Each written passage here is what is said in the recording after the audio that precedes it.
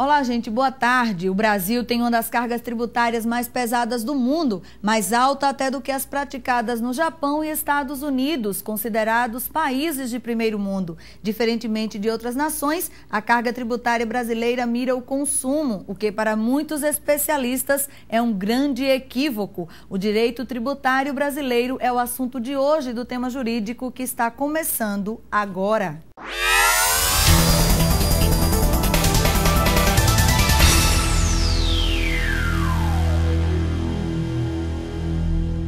O Brasil tem ocupado as últimas colocações no ranking internacional na relação entre tributos arrecadados versus serviços públicos prestados à população. Para atingir o nível de potência econômico-social, é preciso uma melhor distribuição e aplicação da renda gerada com os impostos. E para falar sobre o assunto, convidamos o procurador do Ministério Público de Contas do Estado de Pernambuco e instrutor da Escola de Administração Fazendária do Ministério da Fazenda, ESAF, Ricardo Alexandre, e a advogada tributarista e professora de Direito Tributário da Facisa, Daniele Guimarães, que participaram no final de agosto do primeiro Seminário Regional de Direito Processual promovido por alunos do curso de Direito da Facisa.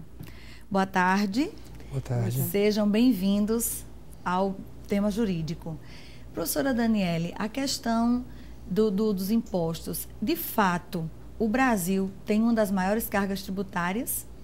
Sim, isso é fácil de constatar, porque todos nós somos contribuintes e a tributação do nosso país, ela incide de forma severa até sobre o consumo. Então, basta consumir alguma coisa, contratar algum serviço que você está pagando tributo. O problema é que as pessoas não têm acesso à informação de quanto de tributo se paga.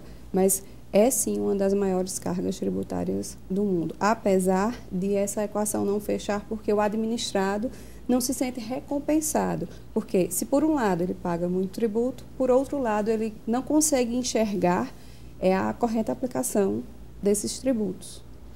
Procurador, qual o grande gargalo da carga tributária brasileira? Bem, o que define a carga tributária é o lado dos gastos. Qualquer pessoa que administra orçamento privado sabe bem que se você está gastando demais, está com aperto financeiro, você só tem duas soluções. Ou você arranja um bico para ganhar mais, ou você diminui suas despesas.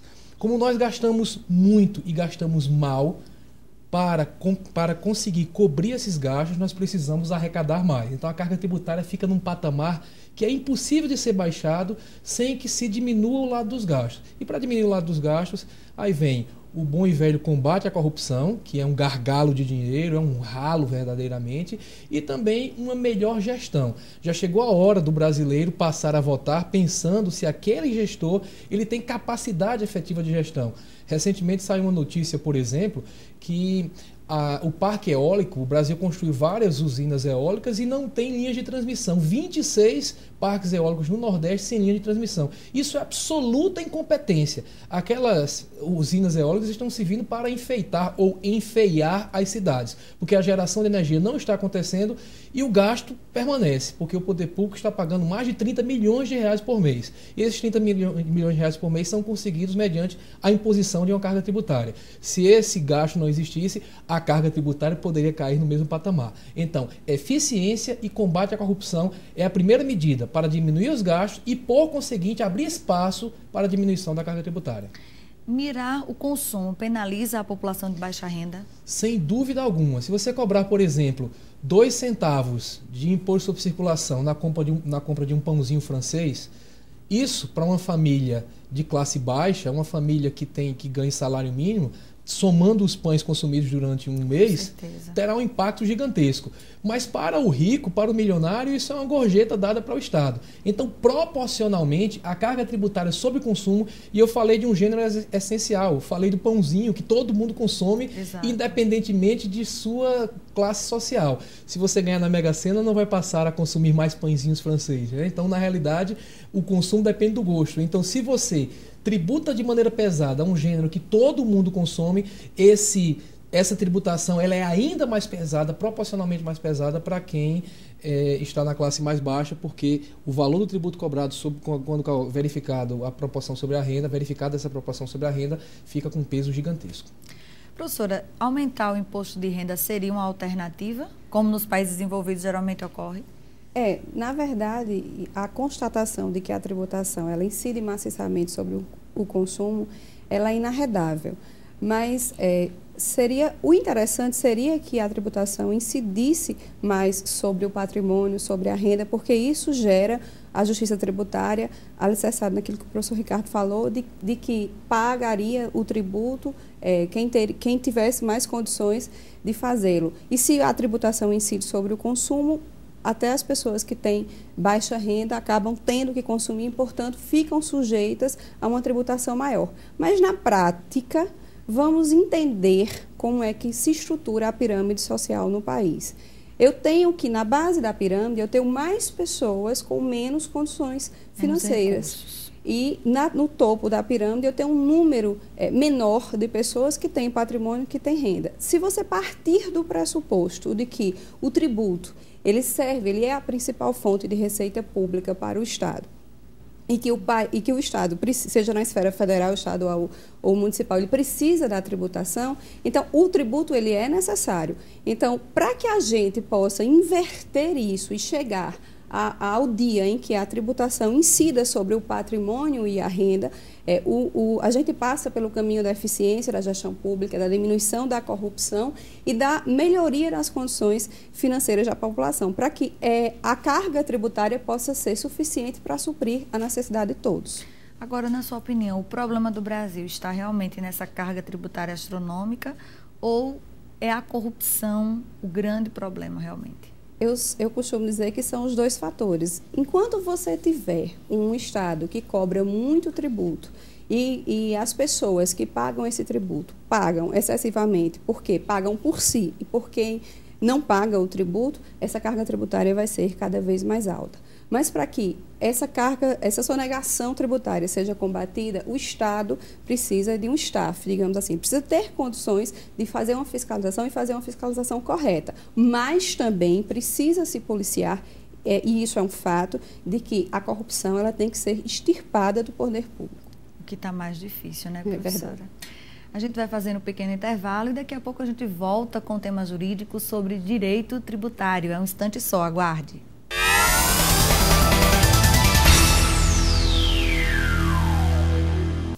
E nós estamos de volta com o programa Tema Jurídico de hoje, que está abordando aspectos do direito tributário. E os nossos convidados são o procurador do Ministério Público de Contas do Estado de Pernambuco e instrutor da Escola de Administração Fazendária do Ministério da Fazenda, Ricardo Alexandre, e a advogada tributarista e professora de Direito Tributário, Daniele Guimarães.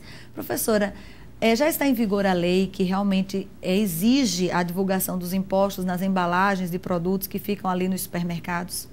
Sim, essa lei, que está sendo chamada de Lei da Transparência Fiscal, ela foi uma reivindicação da população e ela entrou em vigor, ela foi publicada em 2012 e entrou em vigor em junho de 2013. E ela determina que não só aquelas pessoas, aquelas empresas que comercializem produtos, mas também que prestam serviços, elas informem em respeito, inclusive, a um artigo constitucional, informem ao consumidor final quanto de tributos, não só impostos, mas algumas contribuições também, está incidindo no valor final daquele serviço que está sendo consumido ou daquele produto que está sendo adquirido. Temos que deixar uma coisa muito clara aqui. A intenção da lei ela é muito boa, porque facilita a informação. O consumidor, que também é contribuinte, vai ter condições de perquirir, de observar naquele valor final quanto ali de percentual, que é muito percentualmente importante, falando, tem de tributo, e vai ter condições de perceber que a tributação realmente é alta e, quem sabe, exigir a melhor aplicação dessa receita pública. Mas, na prática, isso é uma norma que vem sendo difícil de ser operacionalizada. Por quê? Porque os estabelecimentos comerciais, vamos pegar o exemplo de uma microempresa, uma empresa pequena, que é a realidade da maioria das empresas no país. Para ela ter acesso a informação e passar essa informação, ela precisa ter conhecimento de toda a carga tributária que muitas vezes esses pequenos empresários não têm. Exato. Então, na prática, para passar essa informação para o consumidor e respeitar o consumidor, porque a partir dessa lei houve também uma modificação no Código de Proteção e Defesa do Consumidor, é necessário, antes de mais nada, que esses empresários entendam como é que funciona a carga tributária para si. Então, a lei prevê, por exemplo, que se não for cumprida a determinação, essas empresas estão sujeitas, esses comerciantes, esses prestadores de serviços estão sujeitos a sanções administrativas e multas e de sanções de outras naturezas que estão previstas na própria legislação consumerista. O fato é que, na prática, isso vai ser difícil de ser operacionalizado, porém, daqui a um ano, essas multas serão severamente cobradas. Ou seja, como quase em todas as situações do nosso país, a questão está na educação, na conscientização, na informação e não apenas na obrigação de uma lei que, na prática, não acontece justamente por falta desse aspecto, né, professora? Exatamente. Seria isso. Exatamente. Na sua opinião, a questão da bitributação das compras feitas pela internet, como é que a senhora vê isso? Esse é um tema que gerou bastante polêmica, porque a realidade da Constituição Federal de 88 era uma. E não se esperava, em 1988, que a venda de produtos feita direta ao consumidor final fosse dar essa alavancada, como deu no país, sobretudo através da internet. Então, o Brasil é um dos países que mais utiliza a internet e cada vez mais a aquisição... A tendência é só aumentar. A tendência é aumentar. Então, isso fez com que aqueles estados que não são locais, estados onde as empresas .com, digamos assim, estão estabelecidas, eles perdessem na arrecadação, porque pela Constituição Federal esse tributo deve ficar com o estado de origem, de onde emanou o produto adquirido pelo consumidor final. Há um projeto de emenda à Constituição Federal, inclusive há pouco tempo foi instaurada a comissão na Câmara de Deputados que vai tratar desse assunto, que vai modificar esse artigo da Constituição Federal que determina que seja assim. Mas, por enquanto, é inconstitucional a cobrança do ICMS pelo Estado de destino. O certo é que, quando a venda seja feita direta ao consumidor final, esse tributo... Apenas no local, de origem. Procurador, no seu ponto de vista, o que é que realmente seria necessário para uma reforma tributária aqui no nosso país? Bem, a reforma tributária, ela parte de um problema gigantesco, muito difícil de ser resolvido. Quando os estados e municípios sentam à mesa para negociar, eles vêm, às vezes até com bastante boa intenção, mas vêm raciocinando da seguinte forma: qualquer mudança que venha diminuir minha arrecadação, eu estou automaticamente contra. É como o cobertor de pobre, né? Cobriu a cabeça, descobre o pé, cobriu o pé, descobre a cabeça. O jogo, a soma é zero. É como estarmos jogando, se alguém ganhou R$100 é porque alguém perdeu R$100. Então, se a gente quer dar mais 10 milhões de reais para os estados do Nordeste, necessariamente os estados de outras regiões da federação vão ter que perder esse dinheiro. Então, a primeira dificuldade é essa. Em primeiro lugar, raciocinar pensando no país e pensando em diminuir as desigualdades socioeconômicas, de forma que os estados mais ricos aceitem abrir mão de parcela de sua arrecadação para criar um sistema tributário mais justo.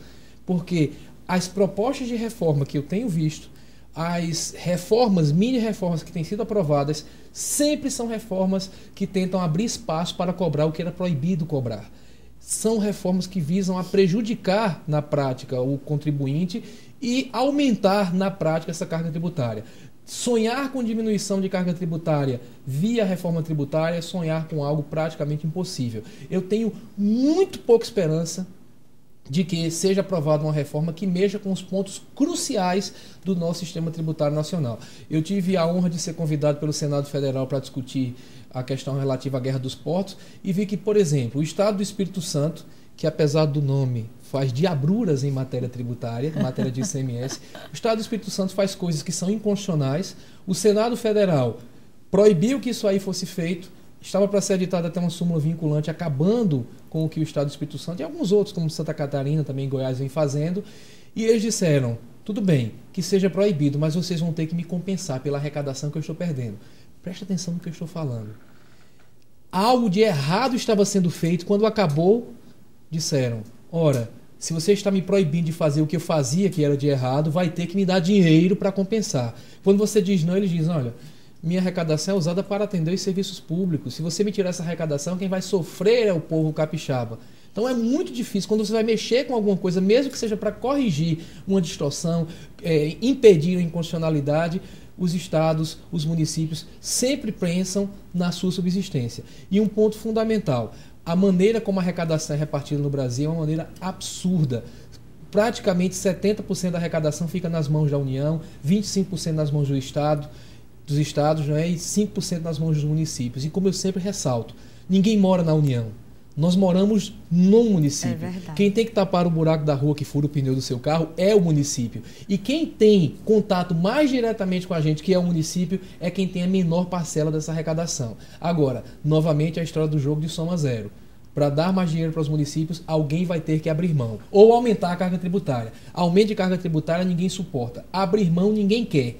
Então, mudar o sistema tributário para torná-lo mais justo, perdendo a arrecadação, ninguém quer. Então eu posso ser considerado pessimista, mas pelo que tenho visto do trabalho do Congresso Nacional, das propostas boas que são feitas, quando são analisadas, são rejeitadas por questões de dinheiro, eu acho muito difícil. Posso prever que o que vai acontecer é o que vem acontecendo há décadas. As emendas são pontuais e boa parte dos casos emendas que tentam permitir que seja cobrado o que a justiça diz que era impossível. Quando a justiça diz que é inconstitucional, o governo muda a Constituição para permitir a cobrança do que não poderia ser cobrado. Ou seja, existe um ciclo vicioso que não acaba e que fica sempre naquela redundância.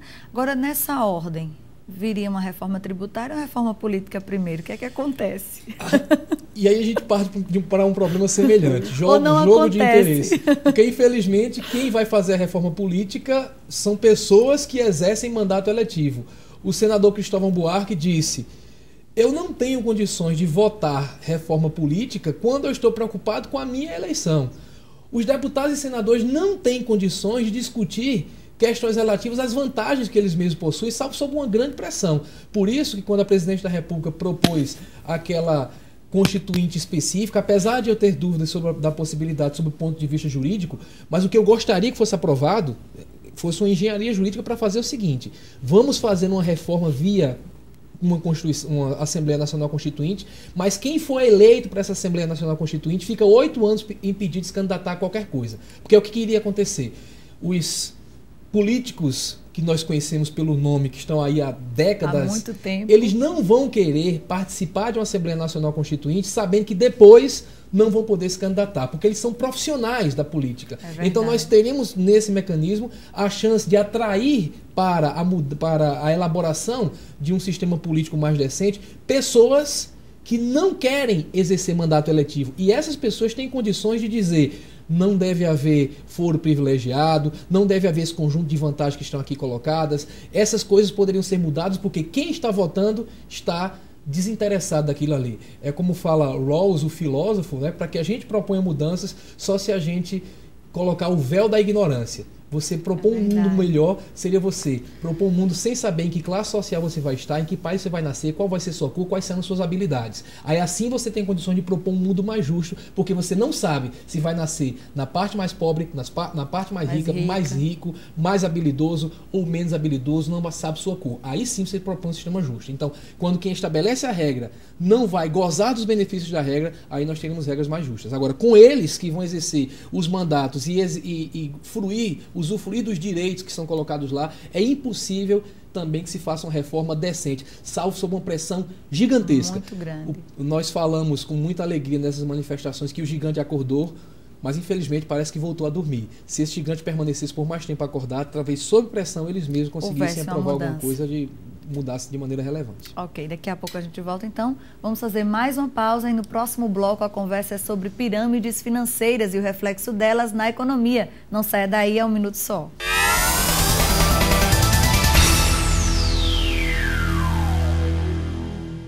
Nós estamos de volta com o programa Tema Jurídico e agora falando sobre as pirâmides financeiras. Procurador Ricardo Alexandre, qual a diferença entre a pirâmide e o marketing multinível? Um é legal e o outro é ilegal ou não? Isso, perfeito. O marketing multinível, completamente legal, parte daquela ideia de que a melhor propaganda é a propaganda boca a boca. Ao invés do produtor usar seus recursos para fazer propaganda, por exemplo, na televisão, na mídia tradicional, ele resolve investir no boca a boca. Um exemplo que a gente pode citar seria o caso da Herbalife, em que as pessoas que trabalham para a Herbalife estão vendendo produtos. Você vê no bottom, ninguém escreve no bottom, quer ficar milionário? Pergunte-me como. Você vê que o foco é no produto. Então, o que acontece? Você compra o produto e revende esse produto com o seu lucro, uma margem boa de lucro.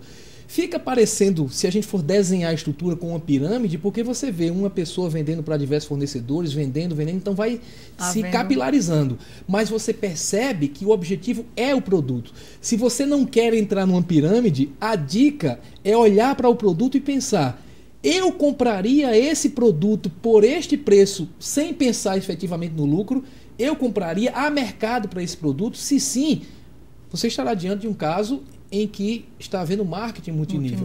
No caso da pirâmide, não. No caso da pirâmide, a chamada é para ter lucro.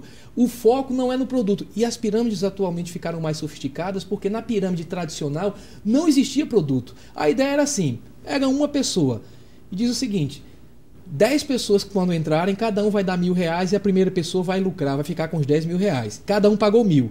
Mas você pagou 1.000, mas depois vão entrar 10 pessoas que vão dar 10.000 para você. Você vai sair com 10.000 tendo pago 1.000. E assim por diante. Só que o que acontece? Ela vai sempre quebrar. Por quê? No primeiro ponto da pirâmide, no ápice, tem uma pessoa. 10 pessoas alimentam essa. Para alimentar as 10, no terceiro nível tem que ter 100 pessoas.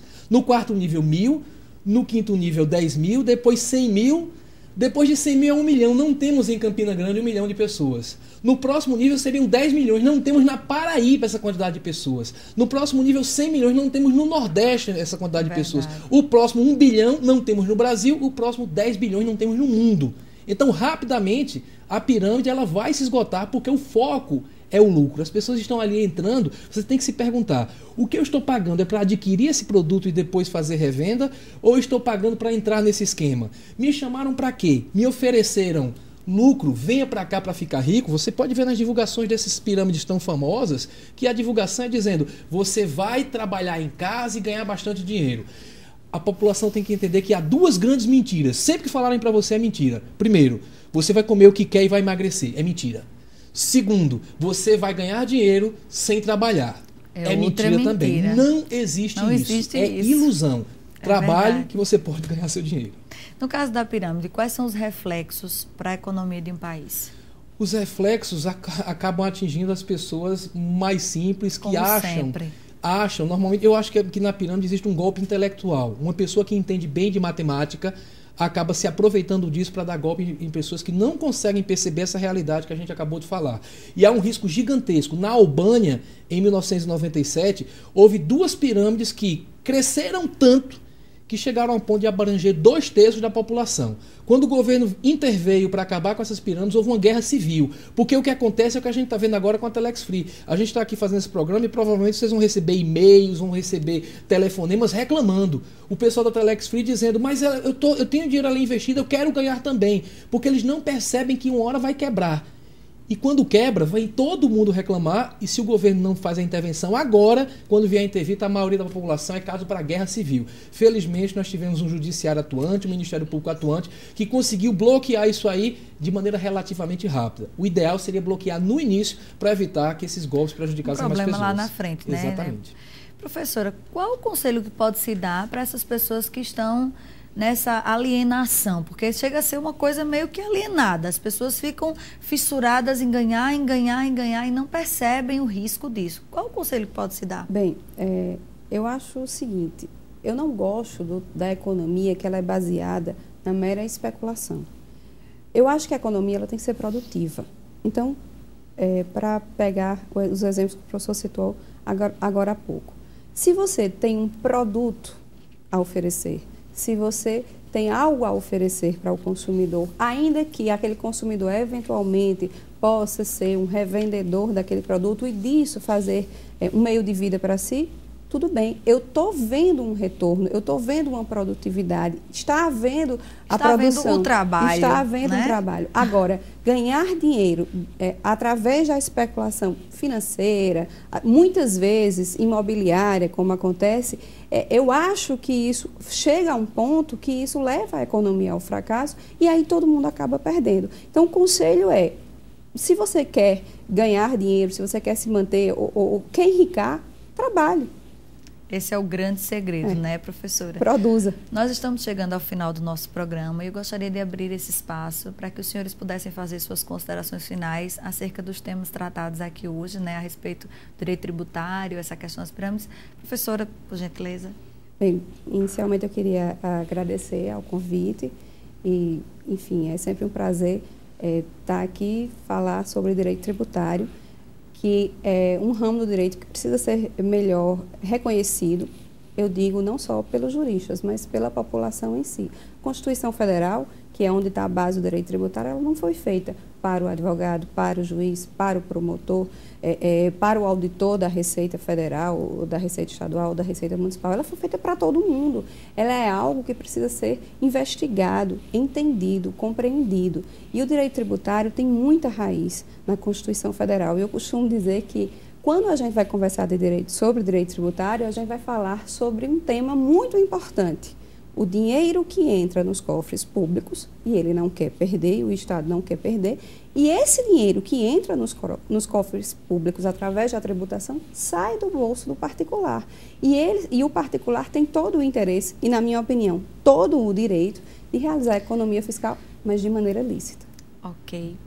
Procurador, o espaço está aberto. Em primeiro lugar, agradecer a oportunidade preciosa de falar para a população paraibana e lembrar que tudo que nós falamos aqui, tanto quanto nos casos relativos às pirâmides, quanto a direito tributário, passa por uma cidadania mais ativa.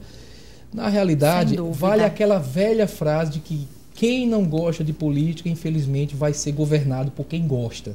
Então, nós precisamos conhecer dessas matérias, saber, tributo, que coisa é essa, imposto, que coisa é essa, saber que é aquilo que repercute no seu bolso. Essa lei é de grande importância, a lei que esclarece a carga tributária para a população, porque nas sociedades em que a cidadania, o exercício de cidadania é mais desenvolvido, como é no caso dos Estados Unidos, quem conhece a sociedade americana, mesmo que por filme, sabe que quando o Estado toca indevidamente num direito de um cidadão americano, a primeira coisa que ele diz é I pay my taxes. Eu pago os meus impostos. Sou eu que banco esse barraco aí, então me respeite. Está na hora do cidadão brasileiro saber que esse tema, direito tributário, não é um tema que é alheio à sua realidade. Se ele vai comprar um pão, uma balinha no supermercado, ele está sujeito ao tributo e ele tem que exigir que cada um seja cobrado de acordo com a sua capacidade contributiva, que cada um seja cobrado na medida do que é possível pagar, e depois vem o outro lado. Depois que ele descobre o quanto que ele está pagando, vem o lado de verificar o quanto que ele está recebendo de volta, como o Estado está gastando. Fiscalizar recursos é gerar recursos, porque quando você evita que uma determinada quantia de dinheiro, seja gasta de uma maneira indevida, com corrupção ou com má gestão, você libera esses recursos para serem gastos em favor da população. E se não for necessário, que se diminua a carga tributária para que a gente não sofra tanto nas mãos desse sócio que não trabalha. O Estado não trabalha e leva uma parcela do nosso trabalho. Isso tem que acontecer porque o Estado precisa do dinheiro, mas tem que acontecer na medida do necessário e todos temos que ter a consciência de que esse dinheiro que está sendo desperdiçado é dinheiro nosso. Então, exercício ativo de cidadania.